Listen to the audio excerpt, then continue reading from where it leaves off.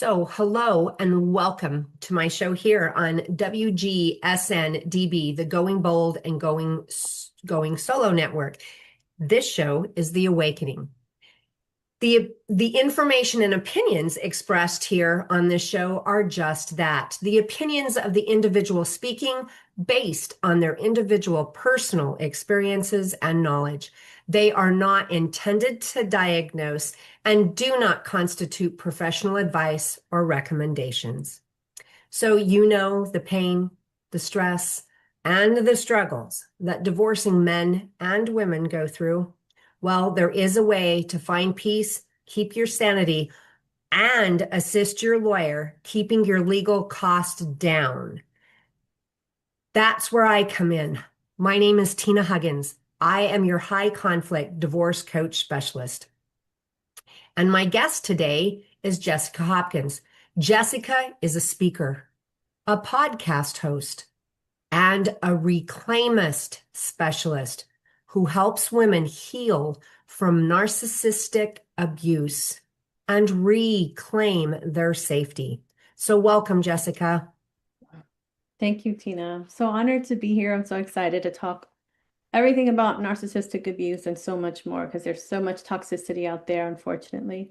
Oh, definitely so. And I'm excited because as we talked before, as I get ready to go into the new year, I'm getting ready to take a deep dive into abuse. And abuse, when most people hear the word abuse, of course, they're thinking bruises, black eyes, but narcissistic abuse, which involves this massive trauma to our psyche, that is worse than getting hit upside of the head. I know I've been there. I've had, broken hand and separated ribs, so I know how you get there. Yeah, so sorry that you experienced that. But like you said, psychological harm is much worse than physical abuse, simply Hmm. because nobody sees those internal bruises. Oh yeah. Nobody sees them. And then this is the thing that I find occasionally somebody says, but you didn't get hit. They didn't hit you. I'm like, I wish that they would hit me as opposed to belittle me and scream and yell at me because that that hurts so much worse. And the scars from that are just, they're so deep. They're so deep. Yeah, and it takes a longer time for you to heal fully, unless you start doing that inner work. And at least for me, and I'll share my story. So the awakening very much resonates with me simply because I had my own awakening at the end of 2023. So I was married and I wasn't sure what I was experiencing. And it wasn't until I said, this is enough. I went ahead and chose me. I started doing stuff for myself. I taught myself how to code. So I was coding an app. And then I went ahead and said, I want to go to a boot camp. I want to open up my own business. And so I did. I did that. And I just started taking my life back little by little. I found myself a meditation teacher. She connected me with a divorce group. And it was with those amazing women where I learned everything I was experiencing at home was emotional abuse, was psychological harm. I had no idea. And I have a degree in counseling. I got my master's in that, and they don't teach you these things. They talk about about NPD, but not about, at least when I went to school, they didn't really touch on narcissistic abuse. And so when I learned that's what I was experiencing, I went ahead and purchased every book, went on YouTube and watched almost every video, and just educated myself as much as possible to advocate for myself. And when I started to name the behaviors and I started to tell other people what I was experiencing within our circles, nobody believed me. They all thought that I was crazy, something was wrong with me, I'm the problem. And so I went ahead and just removed myself from that situation because I was in a drama triangle. I was the aggressor, the victim, the savior. It was so exhausting. So, and it was also impacting my health. And there's research that supports that you lose 10 years of yourself. So I removed myself from that situation, but I did have a backup plan because I was afraid that my husband at the time was going to kick me out because he had threatened to kick me out multiple times from our home, and that I was going to be left with no money. So I went ahead and got myself a credit card with a high amount just in case. I packed up my suitcase, put it in my car just in case. And so when he was served, he did take all the money out of our account. But I already had a backup plan. I had a place to live. I just wasn't ready to move in yet. But once I was finally in my own home, which is this, um, it was so liberating to finally take my life back and to just live life on my own terms. I didn't have to ask for permission. I didn't need to say to my family I'm leaving or to just tell him that I'm moving. It just happened. And a lot of people they're afraid, and I was one of those people. I was so scared just being alone. And I'd rather just be on my own and continue healing and doing all the inner work than in that dynamic because I was extremely toxic. I was in and out of the doctors and hospitals so many times because of the amount of abuse I was experiencing. Not physical, but the emotional was just taking a toll. It was so draining. They call them energy vampires for a reason. And so literally he just drained all of my energy. I just lost my sense of self. I didn't even know who I was. I went from 127 pounds to 110 pounds. I was just depressed, extremely anxious to the point where I felt that I was going to experience a heart attack all the time. I actually had a cardiologist I was working with because I thought something was wrong with my heart. Yeah, it was broken heart syndrome, experiencing toxicity from a man that I thought loved me, but he didn't love me. He just loved the supply that I provided him, Mm. that narcissistic supply. Yeah, yeah.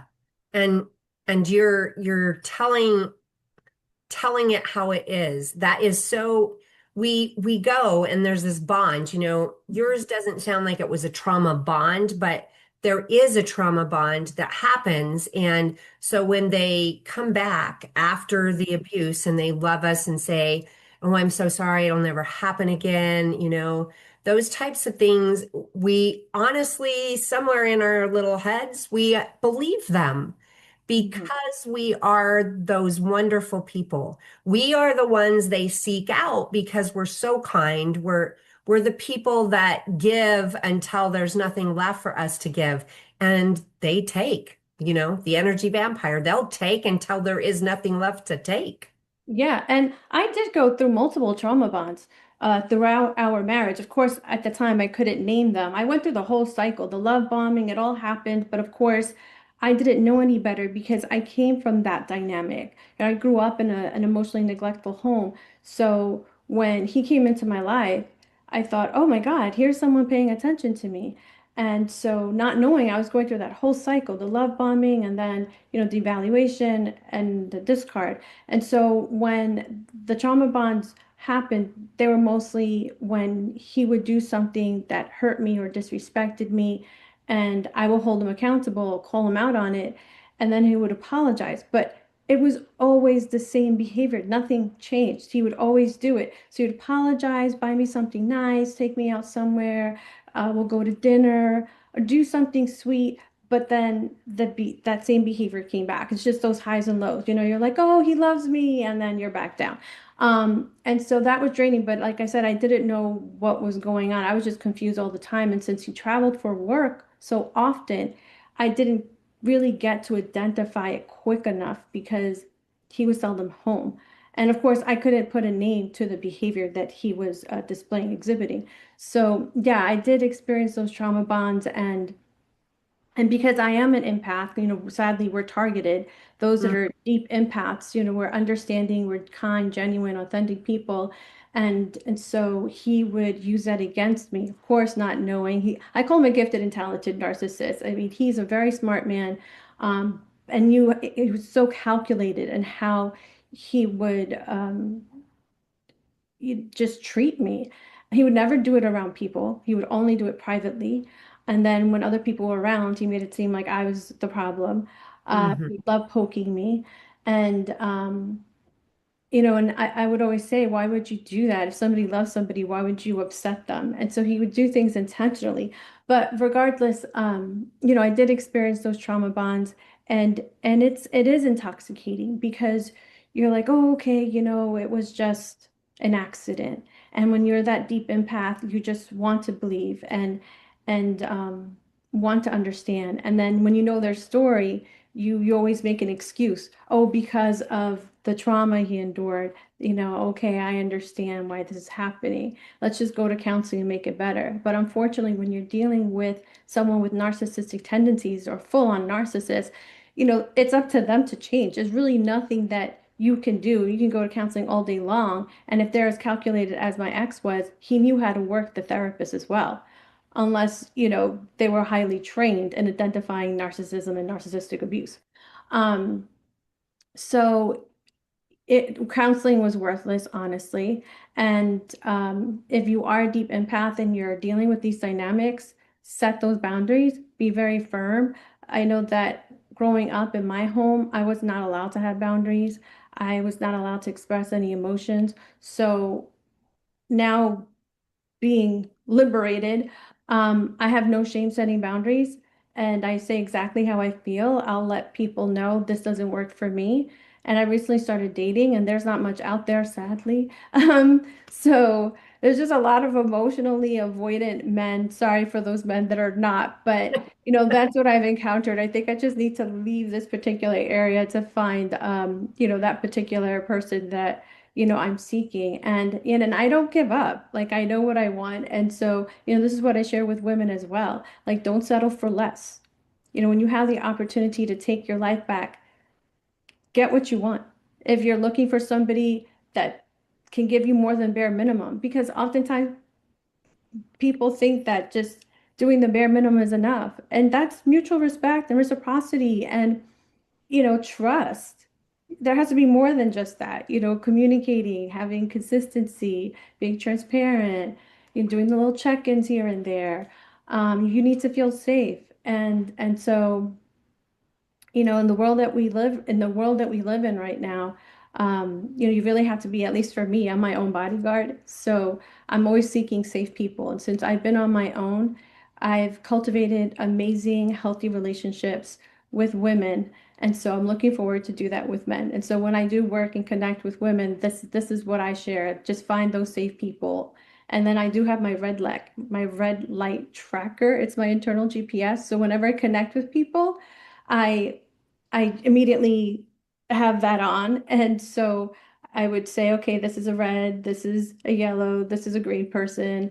If they're a yellow, okay, I take caution and see where it goes. But then that yellow immediately goes into a red. I'm like, oh, not safe, gotta go and, set that firm boundary. And if they're green, perfect.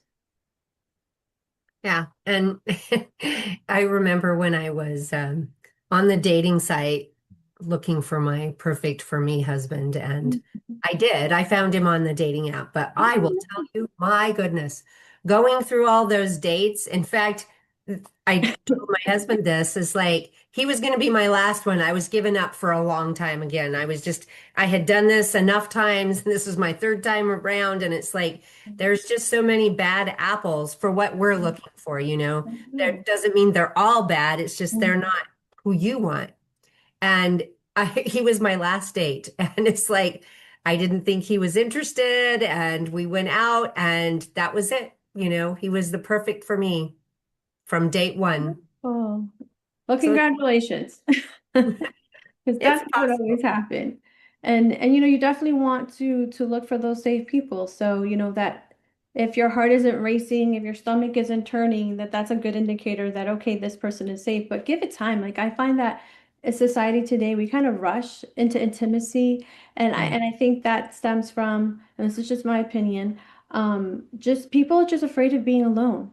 And I'm so proud of myself for stepping out of my toxic dynamic and just doing it by myself, and just figuring it out.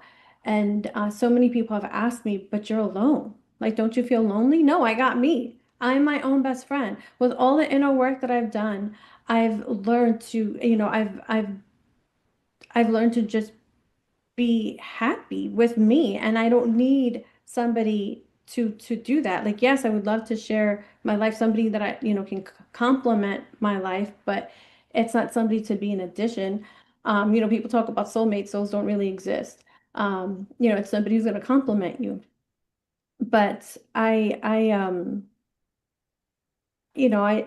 truly believe that working on yourself is the best way to heal. And I know I'm not speaking for myself. There's research based on all that. And just um, loving yourself, finding things that you enjoy, reconnecting with yourself. Because, like I said, I lost my sense of self when I was married. And then now that I've been on my own, I do things like networking. That would have been so foreign when I was married. I've put myself out there. I do speaking engagements, and I'm an introvert. And so I put myself in these uncomfortable situations, and I'm getting comfortable with it. And so I, highly recommend for people to just take that next step. I know it's scary, especially when you have children, you're pondering like, what am I going to do? Like, who's going to take me in? Um, but keep in mind that your kiddos are looking up to you. And if they see how you're being treated by your significant other, they're going to think that's normal. And of course, we don't want them to think that is the way humans should connect. And I've seen these dynamics with young children being exposed to abusive parents, and then they end up being toxic themselves. And it's just heartbreaking when you see those situations happen, because that could just be all avoided if that one particular person leaves and provides a better home environment for that particular kiddo and for themselves too. Um, but that's just, you know, my my opinion, and just based from my experiences from what I've seen. Yeah. So I kind of want to go clear back to when you were talking about being an empath. So empaths are the perfect target for narcissistic abusers, right? So to give our viewers an understand, because a lot of people think the word empath is a woo-woo word. Well, Mhm. we're all empathic to a part. So I used to teach an energy class, and I remember this one day, this gal come in, she was like, "Oh, I don't believe in energy work. I don't, that's just wooey." And I'm like, well, that's good because that's not what I'm talking about today. And she goes, well, what do you mean? And I said, well, have you ever walked into a kitchen and two people are fighting, only you haven't heard them fight yet? You just know? Mhm. That's the kind of energy I'm talking about. She went through that class and then she became an energy worker. She got all certified even before she got out of my class. She was Oh, certified as an energy worker and just became the top student of that class. And it's because I explained the reality of that. We as empaths, yes. I myself am a psychic empath, so it kind of even makes it worse for me, is that we sense other people's feelings, their emotions, and a true empath. I mean, Mhm. we're all empathic, but a true empath really feels them. And a lot of people say, how can you do the work that you do being an empath? Don't you like a healer pull all that in? i'm I'm blessed. I was blessed at birth with the ability to clean it up and give it back, Mhm. and so I don't keep any of that. Now that doesn't mean that occasionally I don't have one of those days I just need to walk off the earth for a little while, go hide in the stars, take care of me. But we as empaths, we have something that narcissistic type people don't have. And so one of the things that I kind of talk about with people is like they see us as this little tiny precious little bird. They don't have this bird. They want this bird. They want what this bird can give them and do for them. And so they start doing this to the bird, and pretty soon the bird is trapped and dead. And because they try to control that bird, because we have something they don't have. And that's why they're attracted to us. Then we tend to shut off those abilities to read Mhm. and we find somebody that treats us nice, and that ability to read gets shut off occasionally. And Mhm. I can go back through my life and go, ooh, I should have not shut that door, because we do that with our loved ones, right? We choose not to feel their emotions when we're around them. Yeah. Makes us perfect targets for a narcissistic person, and so they hunt for us. And so those of you who are watching, if you kind of just check yourself out and just kind of go, yeah, I sensed this, I feel that. I know when somebody's sad, I know when they're mad. I would Mhm. know when my ex-husband would get to the doorknob what Mhm. his mood was in. It was like the house knew. I would sit up and go, oh my gosh, he's mad tonight. Because I knew as soon as his hand touched that door, that was the sense that the whole house felt like. So that's what makes us good targets for them. Yeah, and that's why I go back to the boundary setting, why it's so important to set those. And people look at it as, especially a narcissist, that you're punishing them. It's a form of punishment, or who do you think you are? You're setting boundaries. But no, you have the right to set boundaries, and it's not a form of punishment. It's just, you are teaching people how to love you. And right there, that's a red flag. If the person's going to be a boundary violator, that's your key, your cue. Either you stay or you go, or you distance yourself from that person because you don't want that person to drain your energy. And Hmm. with my red light tracker, as I mentioned before, so if it's immediately red, that person's dismissive, that person is avoidant, that person's going to minimize you, drain you. That's your indicator to go the other way, to run. It's not going to work out. And sadly, maybe you want it to work out with that person.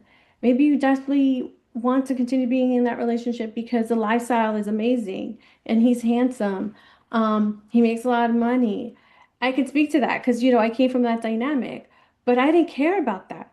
I cared about me and how I want to live my life. I have integrity. That didn't align with my value. So, I mean, the way I was being treated, it was just, not for me. I mean, obviously it was draining me to the point where I was in a dark place. I felt like I didn't want to be on this planet anymore.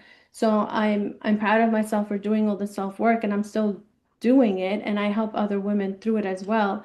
But my red light tracker has helped me tremendously. So, like my meditation teacher says, listen to your body like it's the CEO, because it is. And when I was talking about the family dynamics, if you're going through these toxic dynamics, I know it's harder when you have children, especially young ones. Um, the kids feel the energy too. Research shows even the baby that's in your womb feels anything that's happening to you, the trauma that you're enduring, they're going to experience it too. So just keep that in mind. Yeah. Mhm. Um, a baby in the womb is probably the closest to the perfect empath, right? So they can feel all of that. And so that was something I was on a podcast earlier today, and that was something that we talked about is just that um, so many people, you stay in your relationship too long. You know you should get out, but you stay too long. You just keep thinking it'll get better, or I can't do it yet, or it's Christmas time. I can't do this. It's the kids' birthday coming. Whatever your excuses are, the longer you stay, the more those children learn either how to accept abuse or how to give abuse. And that is truly because you are the one making the choice to say. That's not because of the abuser. You have to make that choice to get out. The abuser isn't going to change. Only you can change. And those children are yours too. That doesn't mean that the other person can't be a good parent. That just means that the two of you together can't be good parents. And those children should not be in that energy. Yes, I agree. And oftentimes people have this misconception if they love hard, then it'll change the person, and the person will love them more because they're loving them harder. And I know as an empath, that's something we do. We just love hard.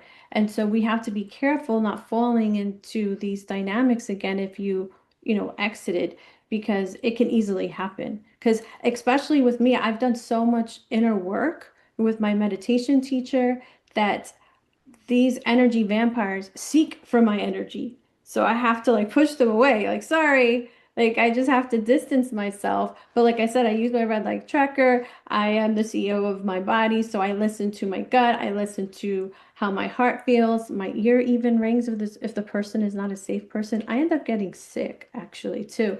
So your body will tell you to listen to it. So let's kind of go into the red light tracker. Explain all of that so that people that are listening understand it. Yeah, it's just listening to your gut. If a person is green, that person's safe, right? They're peaceful, they're kind, they're asking questions about your day, not like they're trying to learn you so they know how to, poke you later. Yeah, Yeah. you have to be careful with that. But, they're just supportive. Um, and then the yellow is when you're confused, when you're walking in eggshells. Like they're very vague with their communication. They're not as transparent.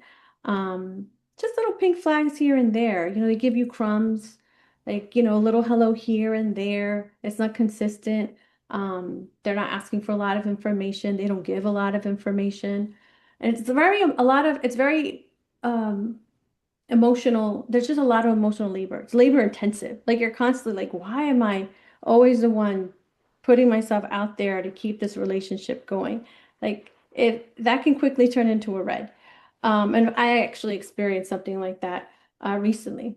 Um, but my red light tracker helped me. So the red, like I said, that's when they're dismissive, they're avoidant, they don't like to be held accountable. And something I've learned interacting with so many of these people, because since a child, of course I didn't know, but looking back, I'm like, wow, I've experienced this for so long. I have lived experience. I have a PhD in narcissistic abuse and emotional avoidance and emotional neglect. Um, so the they just they don't like to be held accountable, the the narcissist. So but when you tell them that you love them, they're like, yay, because they love that admiration. They love to be put on a pedestal. And then you say that to the emotional avoidant person, and they're like, bye. Because they don't like to be held accountable. They're also, insecure. And it's just something interesting that I experience with a lot of people I've interacted with. Um, Men, mainly, I'm referring to. Um, so it's just an observation that I've made. And then another observation I made as well is every man I've encountered, they would always tell me that they have ADHD. And I also have an education background. So I would observe. Observing patterns is also key. When you're using your internal GPS, observe patterns as well. Um, because just like Maya Angelou says, when someone, I don't know if you heard this one before, when someone showed you who they are, listen, right? Because you want to listen the first time. And so that is so true because that that says a lot about someone's character. And when they lie to you one time, expect them to lie to you again. But anyway, so they say that they have ADHD. And so something that I've learned is they don't have ADHD. They're just a narcissist or emotional avoidant, and they just use that because they don't want to be held accountable. So it's just they just state these things, and it's um just not right for somebody that actually has ADHD. So it's just a cop out. So they basically, when you hold them accountable and you tell them, oh, I don't understand why you did this. Oh, I'm so sorry. It's because, my scatterbrain or I have squirrel brain. I didn't mean to do that. But then they'll do it again. And then, it just, they start dismissing you and then telling you didn't hear it correctly, so they start gaslighting you, and then they always punt, oh, but I have ADHD. No, you don't. You don't have ADHD. And so they gaslight you, they manipulate you, they dismiss you, they demean you, they make it seem like you're crazy, you didn't hear it correctly. I just call them pull strings because every person I've experienced these toxic dynamics with, they all have the same pull strings. They all say the same thing. And if you know what I'm referring to with a pull string, think of the dolls, Yep. when we were kids, because we didn't have those battery operated ones. And so you just pull the string and it'll just say a few phrases. So they pretty much have the same phrases as well. Yeah, and as they go through divorce, that every divorce that I deal with narcissistic person on the other side, it's like I can tell you what the playbook is. They will do the same thing as the last guy or the last woman, and they'll just keep it's just the same. It's different name, different Mhm. state, but the same event. And so, talking about gaslighting, so some of you who don't know what gaslighting is, a lot of people go, well, it's a lie. It's not really a lie. A lie is something somebody tells you, like a little kid, no, I didn't break it, the dog did. That's a lie. And when a narcissistic person tells that lie, they are trying to force you to accept their point of view of the story and dismiss, there's that another word that you keep using, dismiss what you say just happened. And when that happens, that is how they gaslight you. I'm going to go clear back into a gaslighting event that took place for me. And this is stupid. This shouldn't have happened, right? I do believe in ghosts. Now, but I'm not one of these people that just believe willy-nilly. It's one of those things you kind of got to teach me or show me that I'll say, yes, now that's a ghost. But I had taken this box of herbs up and it's a half mile up the road because we lived back in and set it inside a box that was Mhm. up there, a UPS box for deliveries for somebody to pick up. And then I left. I went for a weekend away. When I came back, that box was in the house. Well, my ex-husband told me, oh no, it was here when you left. And my friend said, no, you put it in the box. I was there with you. You did that. And he's like, no, it was here. So I was kind of sort of losing my mind. I am not joking, to the point that I got a hold of a Catholic father. I was going to have my house blessed because I was concerned about this. And then I thought, well, maybe I'm losing my mind, because it wasn't just that. There was little things that would start disappearing from one room and found in the other. Well, my ex-husband was doing that to gaslight me, and I did not see that. And of all the things, right? How can a box float up half a mile? But of all the things, I truly didn't know this for 15 years after I left him. And then I was able to point out all kinds of other gaslighting events that he did with me. I was just like, oh my God. Yeah, and gaslighting is dangerous because you lose your sense of reality. You don't even know if you can trust yourself. And that happened to me as well after I left my marriage and well, I was separated first and I moved to my place. I constantly would gaslight myself because I was gaslit so much that I didn't even know what was right or wrong, or did I do this? Like it just it happened so often, and so I had to work through that as well. Rewire my brain from all of the gaslighting and manipulation and so many other things I experienced with my ex, but also with other toxic people that were in my circle. Hmm. Yeah. And there's just, I mean, once the gaslighting starts, and that's just it, it's dangerous because a lot of people can find themselves just double guessing themselves. And I've heard you're not the only one recently that's told me I was gaslighting myself because I couldn't trust what was going on, you know? And it takes me back to a movie, and for the life of me, I can't think about what the name of the movie was, but her husband made her set the towels perfect and line up all of the cans in the cupboard. And Oh, so sleeping when with the enemy. yes. That's And what that reminds me of. so when she moved into her own house, she mussed everything up and put the cans in however. And then one day she was in the bathroom and saw those towels were all straight. That happens to us when we've been gaslit so much to go, my God, did I do that? Did I leave Mhm. that way? Did I, and that is because of being gaslit and abused narcissistically for so long.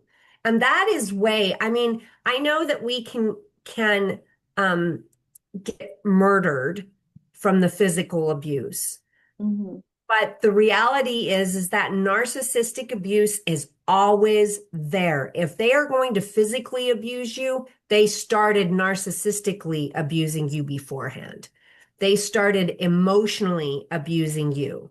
They started gaslighting you and filling your head with things. And then you find yourself in the middle of the night going, I'm just not good enough. I'm not good enough. I'm just going to have to be better. I'm going to have to get up earlier. I'm going to have to do a better job because that's what they keep telling you.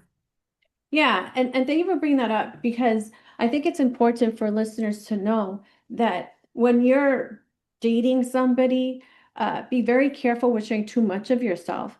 I remember when I first started dating um, my husband at the time, we weren't married yet, and he was studying me.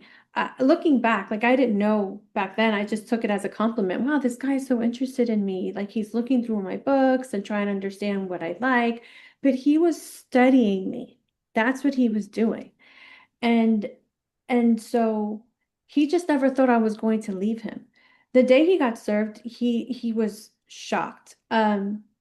He just didn't think that I would ever leave such an amazing life style that we had. But like I said, I didn't care about that. My sanity mattered more to me. So when you're going out there dating, use that red light tracker. Listen to your internal GPS, whatever that may be for you. It could be your stomach, your gut telling you something's off, your heart. If you feel anxious, maybe that's not your safe person. It might be somebody else's person, but it may not be yours. So don't betray yourself because oftentimes we betray ourselves simply because we want to make other people feel comfortable. But no, I recommend don't shrink yourself, just to make someone feel happy. You need to feel happy first. And it's not being selfish. It's self-respect. It's also boundary setting. You're setting a boundary for yourself. So, just make sure when you're out there and if something feels off, listen to your body and set those boundaries and don't betray yourself. Yes. If they're going to Yes. betray you. Oh, they love to lie. And you've experienced it with the gaslighting, the manipulation. Many of them pathological liars. They just love to lie and then they make it seem as if you're the problem once you start questioning them. Right. Right. Um, and then they use those crumbs to keep you hooked too. They'll use that just and it mimics a connection. You feel like, oh, okay, they give me a crumb here and a crumb there. Crumbs are no good. It's emotional starvation. You're going to be hungry for emotion. You're going to be seeking it elsewhere because you're not getting it from that person. And especially if you've been in an emotionally neglectful childhood throughout your life, you're going to be going out there trying to find it from somebody else, but guess who you need to work on first? It's yourself. hmm hmm It's yourself. Yeah, we're getting ready to come towards the end here. And that working on yourself is so important. That's the only way to heal. And so, Jessica, I know that when people are watching the show, all of your contact information, your bio, and everything's going to be below the show. But can you tell people how they can find you? Yeah, I'm on Instagram. I actually post healing resources on there, and my handle is at Urna, URNA, Reclaim Your Power. And the reason why it's called Urna is originally was to make an app, and it stands for You Are Not Alone because you're not. There's an amazing group of women that you can connect with, and you know this because you work with people as well, and so do I. And so connect with me, connect with Tina, connect with both of us. But also, you can find me on LinkedIn. It's under Jessica Hopkins and Earn a Reclaim Your Power, as well as my website. It's www.earnareclaimyourpower.com. And Awesome. all of these platforms I created by myself.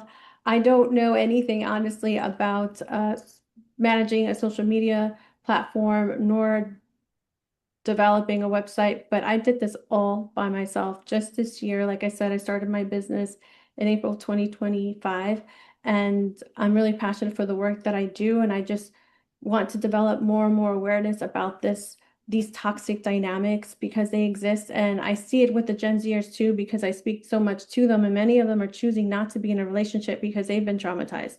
And they're choosing also to just be alone because that's just an option that they want for themselves. That it's all about, I don't need anyone to take care of me. I can take care of myself. And so kind of admire that. But um, there is just a lot of toxicity out there, and how do we fix it? So very good. So, for those of you who don't know me, I am a certified high conflict divorce coach, meaning that I've been trained in the complexities of divorce. I've also dealt with that. As you've heard through the story, I ended up with broken bones, separated ribs, dislocated leg. My father was almost murdered. I pulled him out of the hospital after he was run over for the dually pickup truck. So I've lived it, I've seen it, and I've learned it. So I am here, and you can find me, contact me through my email at coachtinalynn@gmail.com. That's CoachTinaLYNN@gmail.com. My website is divorcecoachspecialist.com.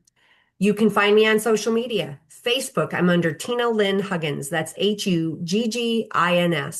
On LinkedIn, under Tina Huggins. On Instagram, under Divorce Coach Tina Lynn. And TikTok, under Divorce Tina. So, one of the things I like to ask last, Jessica, is can you give our viewers a last little bit of advice? Yeah, I would say that you deserve love that sees you, hears you, and protects your peace. Don't settle for less. You're worthy of emotional safety. And so just be aware of that. Mhm. Very good. And my little bit of advice is obviously Jessica's here to help you. She can help you go through the healing process after all of this divorce stuff is done. And one of the things that she said here tonight is to work on you. After you get divorced, one of the programs that I work with my clients is called the Year of Firsts. And I recommend during the year of firsts that you don't date, that what you do is date yourself. And you make sure that you're taking extra care of yourself. And so I help teach my clients to go through that. So if you are healing and it's time to take that step towards the healing process, then make sure that you contact Jessica. So many people, including myself, get to the point where there is suicidal ideations, and that is no place for us to be. So it's super important that when you feel that you're in that place, that you call somebody that can help walk you back off that ledge. The National Suicide Prevention Hotline number is 988. Again, that number is 988. It's also the same number in Canada. In the Netherlands, it's 113, just so that you're not alone. I've been there. I've helped people off the ledge, and it's no place to be. Also, if you need to call the cops, call 911. Get the cops there. Press charges. That is your key out of that relationship. Do not drop those charges. Make sure that there's a restraining order in place. Keep them out of your home. Plan your divorce exit from there. You can call that number, obviously, at 911. And if you're in the Netherlands, it's 999. And if you're in the UK, it's 112.